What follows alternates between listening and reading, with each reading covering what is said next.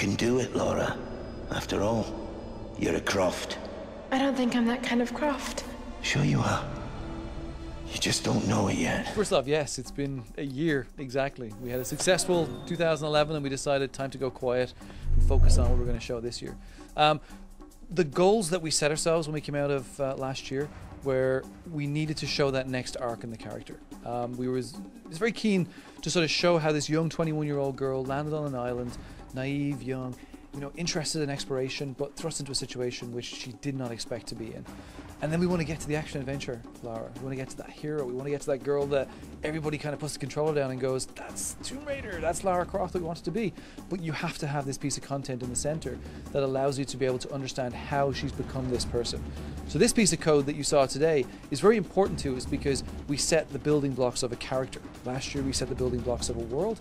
Now we give you the tools such as the bow, the prying axe, and also the fact that she meets other people. So personally she's evolving as well. Please come and get me. Easy. We're regrouping at my location. The characters are very, very important to the experience. In a way in which we've analysed and pulled apart Tomb Raiders of past. 15 years of making these games, you start to understand the character that you have. And as we all know, she became a caricature of herself of late, right? In Underworld Anniversary.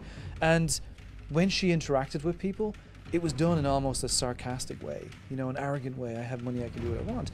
And one of the ways in which we sort of said we need to portray the evolution of our character in reimagining it and taking her back to that day one is that she has to have a personality. We put her on the island, a persistent island, and she has to interact with the same people. No longer can she get in her boat or plane and fly from Miami to Barcelona and off to wherever else next. Now she has to interact with people. And it's a very important facet for us to have characters on the island because it shows something in Lara which you have never understood before and never seen before. And having one person is not that fun, right? So Roth is he's a mentor. You get to see a side of Lara when she interacts with Roth, but over time you'll see a very different side as she interacts with the 3 or 4 other characters that you saw today.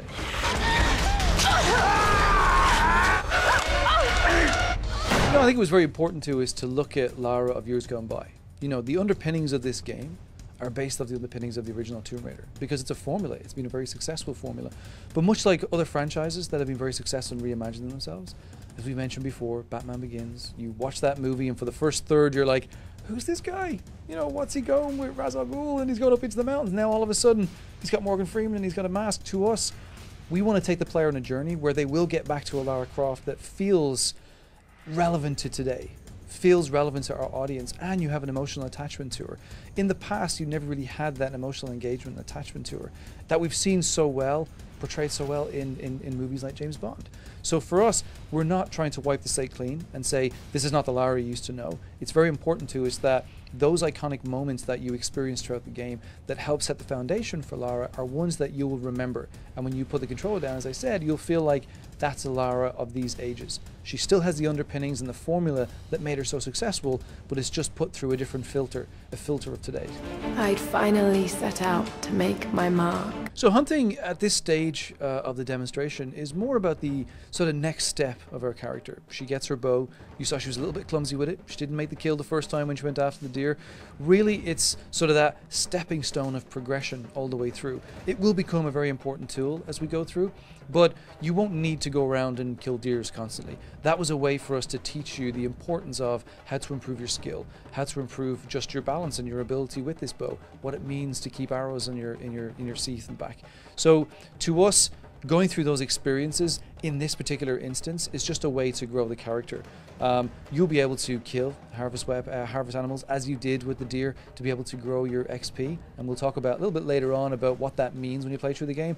But you won't come back into a scenario where you'll be forced to say, hey, it's hunting time. You've done that experience. You've learned what you need to learn, and we take the character to the next level to take that bow into other places. One of the things that were very important to take a step back is that what you see on the screen is something that we can talk very clearly to, and we don't set the bar by saying here's what's going to happen in 6 months' time. We sort of say, hey, here's what you see, here's what we want to explain. It's the character arc. So with skills and with gear, it's very important that we set those sort of pinnings of the foundation to say she's got her bow, she's had to kill a deer. You've seen them improve. What that means later on we'll start to show you when it gets into sort of the cool, maybe combat, maybe sort of more adventure-paced beats. But right now it's about how we're going to evolve the character over the coming months that we're going to present this game to you all, is that you see the evolution of her, and it has to be done in sort of little steps.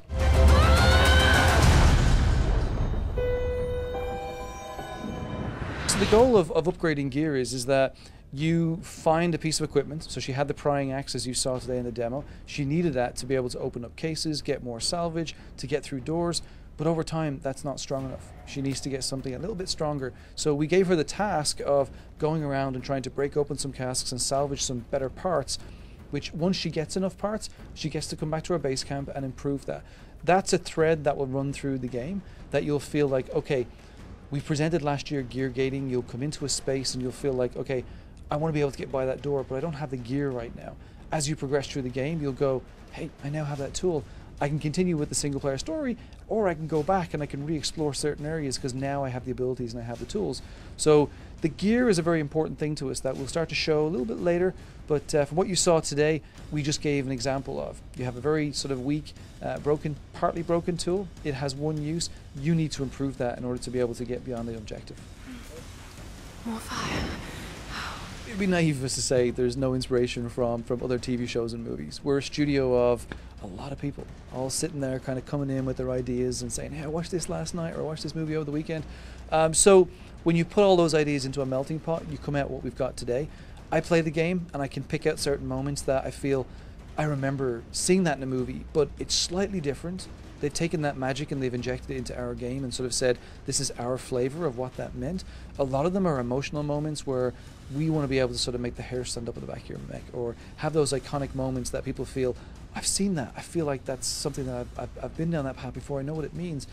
So when we look at whether it be movies like James Bond, the reimagining of that character, whether it be Stallone in Rambo with sort of what he had to do to survive, or even through Lost, you know, we look at that and think, that was a blank canvas. Much like ours, it's an opportunity to be able to do so much more.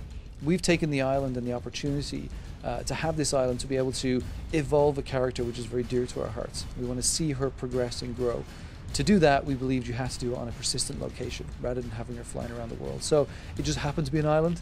Yes, inspiration comes from many places, and Lost was probably one of them for some of the team.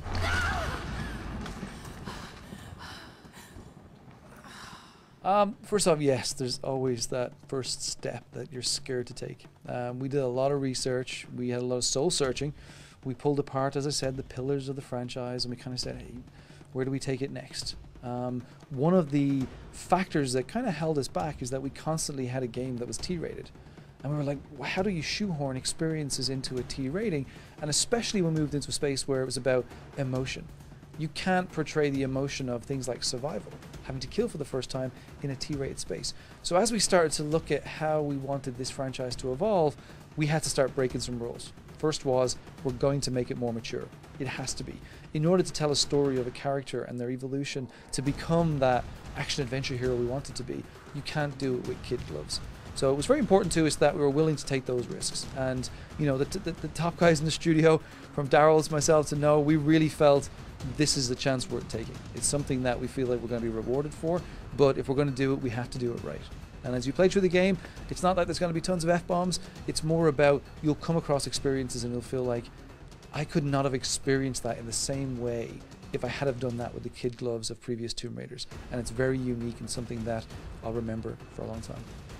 Do you think any longtime fans who associate Lara with just the girl with big boobs who's hot will play this game and be like, what is this?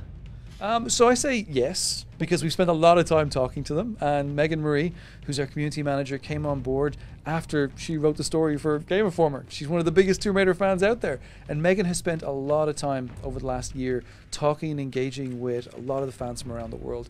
We've had a ton of praise for the direction that we're going in.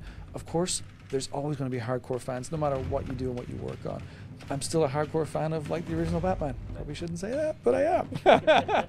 But when I look at the fans out there, they're the ones who support us. They've come back with sort of messages to Megan and, you know, sort of the support of keep doing it. You're taking that risk, and we're willing to sort of see it through. Even down to the fact that in a couple of days, Megan's got 14 of the world's community ambassadors flying in, and she's going to entertain them for a few days. They're that excited to be a part of this journey. So yes, the community love what we're doing. But of course, as I said, as with anything, there's a lot of fans who love what we used to do and what Core used to do. And the games are still available to play. That's what's great. When life flashes before us. You're right in terms of the detail. We spent a lot of time getting it to the polish that you see today.